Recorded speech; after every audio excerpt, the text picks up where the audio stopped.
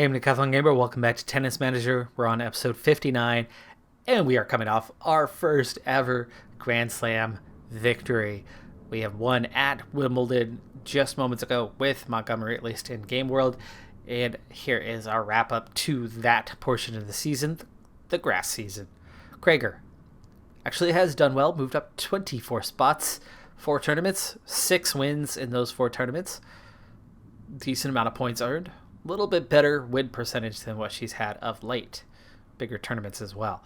Gosenseva has moved up 5 spots, number 12. Now, these are the rankings prior to the new rankings coming out. Also, that's one thing I've really noticed. The rankings, they aren't updated until after the tournament's done, and you get this period report before those new rankings come out. I think they really should be waiting on those. But anyway, Gosenseva 12th up from 17th. Good stretch, even though it's nowhere near the kind of points she had in that last stretch.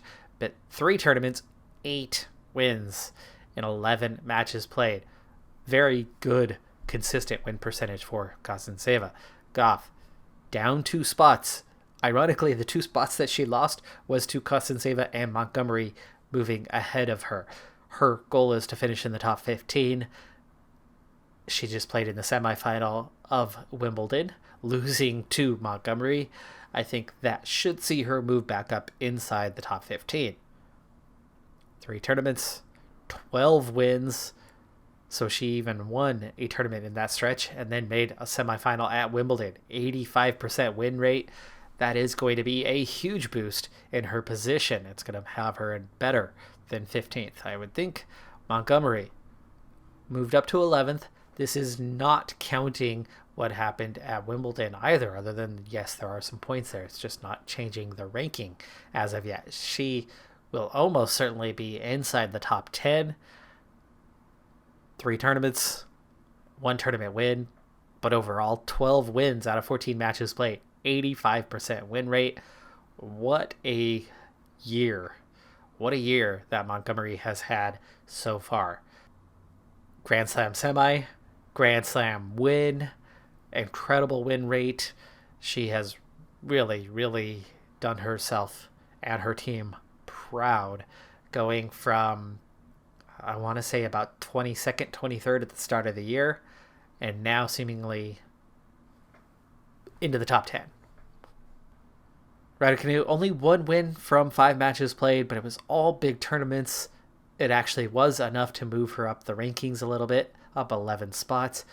I'm going to have her very, very busy in the next period, playing a lot of tournaments, both big and a couple smaller tournaments, where hopefully she'll get some wins, earn enough points to move up a bit further. We need to get her into the top, 70, I believe. She's not that far off from that, but she's going to have at least a handful of wins to get those points.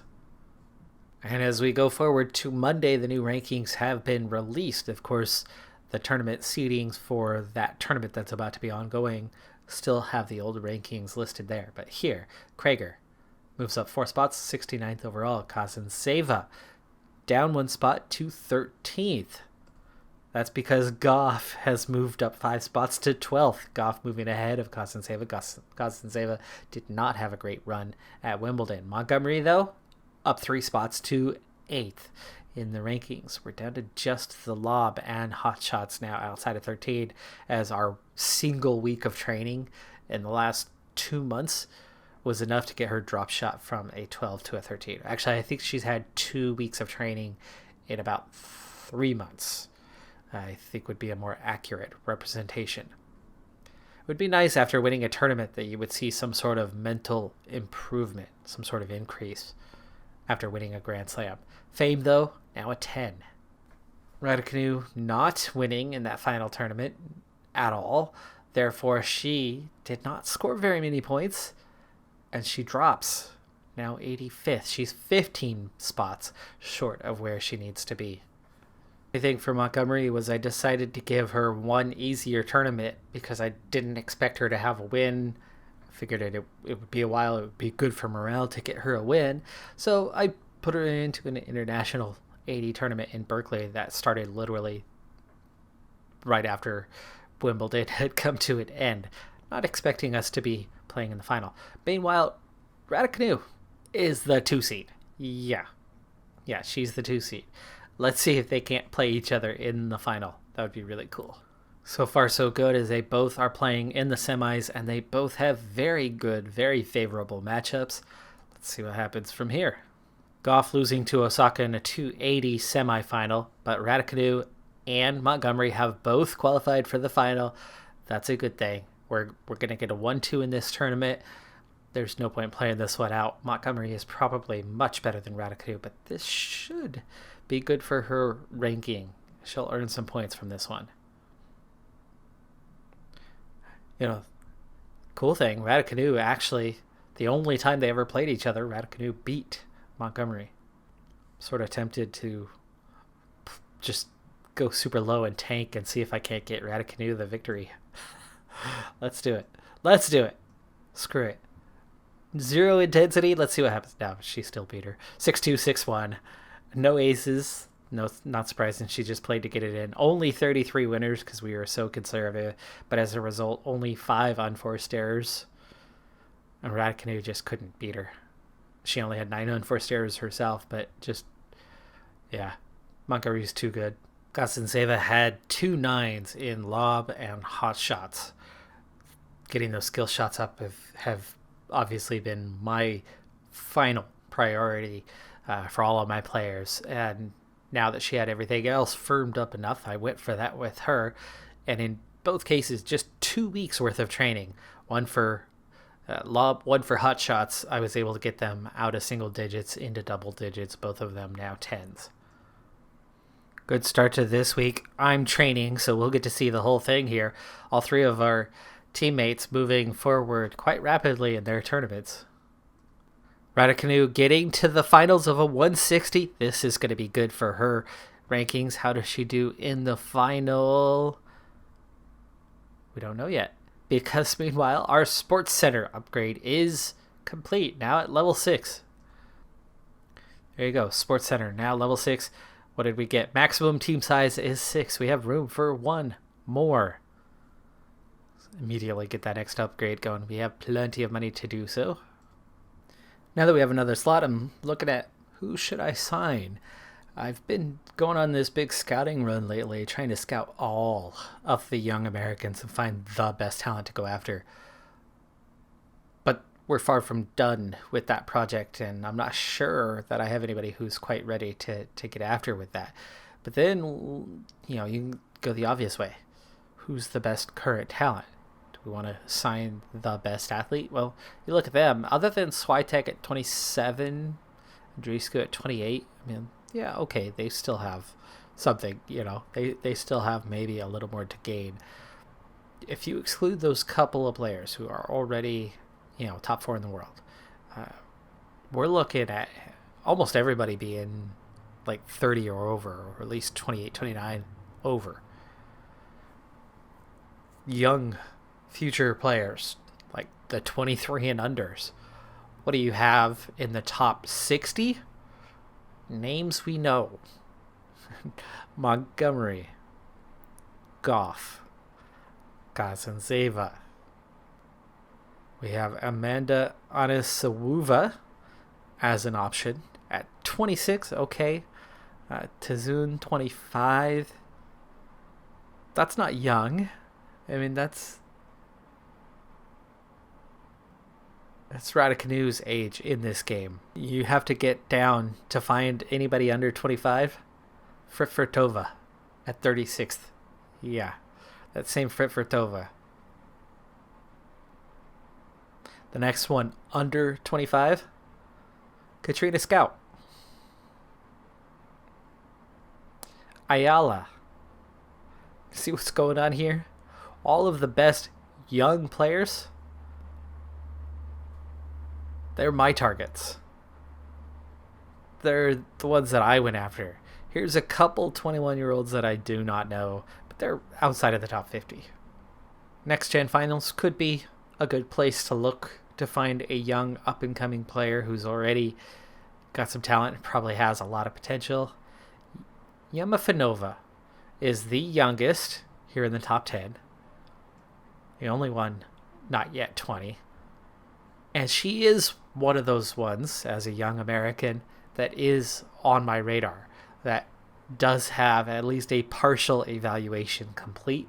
I already know that she's got 1.5 stars, and that she's got somewhere between 3 to 4 star potential. That's pretty good. It's not great, but I've been lacking that young up-and-comer to try to develop for a while. So I think we'll start here and sign this one. We're in Toronto for a Premier 900. Goff beaten by Fritvritova in the round of 32, so she's out. Kazanseva into... Oh no, she got knocked out too. Oh my goodness. Unseeded, but not that terrible in terms of rankings. Ayala out to Andreescu. And Lee beaten by Benchik. Montgomery with a 7 seed getting one of those first round buys. Looking at a quarterfinal potential rematch, but you got to get there first. It's only the round of 32 right now. 6-3, 6-2. We are at least through the first round. All right, upon signing Yemafanova, things are looking better than we thought. We thought 2-star with 3 to 3.5 star kind of potential, or 3 to 4 star. Looks like we are looking at 2.5 current plus 4 to 4.5 stars. So we did find a good one. Physically, outside of speed, she's already in good shape. Mental, needs some work on positioning. Composure, obviously. Technical, she's got a lot of work to do. A lot of work to do. I think we're going to start with getting her speed up. Into the next round, as Sakari is the opponent. Sakari is ranked 15th in the world. They've only gone head-to-head once. We'll see how she does in this one. It's 900 Premier, so this easily could go either direction. 6-4, 7-5. It is a win, and she does move on. Just 14 unforced errors. Playing so much better. She had a tremendous start to her season, and then really nosedived for a few weeks, and then bounced back, won that Grand Slam, and still looks really good now following it. Osaka, with a disappointing loss in the round of 32, has given us a much easier path. It's Merwins, 17th ranked player. Let's see how we do in this one. The semis look tough. In the following two, 66 winners to double hers, but 27 unforced errors. This was one of those kind of matches we haven't seen much of it for a while, where Montgomery, other than that one little stretch, has had a really clean season. Lowest ranked player left in the semis. Everybody, though, in the top 7 means there's nothing easy, absolutely nothing easy for any of them. And that's nice to have Montgomery included in that conversation. I think it's time that everybody should understand that she is difficult to beat. 8 times they've played, Swiatek has won 7. Make that 8 out of 9. 3-6, 4-6. Swiatek just a little too good for Montgomery. She still has some training to do. She still has some work to truly be amongst the top 5-6 players in the world. But she is just right there now as maybe the next best. And we've got back-to-back big tournaments here now in Cincinnati. Premier 900 again. Kazanseva in the round of 32 after a bye. Montgomery as well. Goff likewise. And Krager out in the first round. Our first playable round, technically second round, against the Latvian Ostazunko, 28th ranked player who we are 500 against all time. See if we can turn the odds in our favor.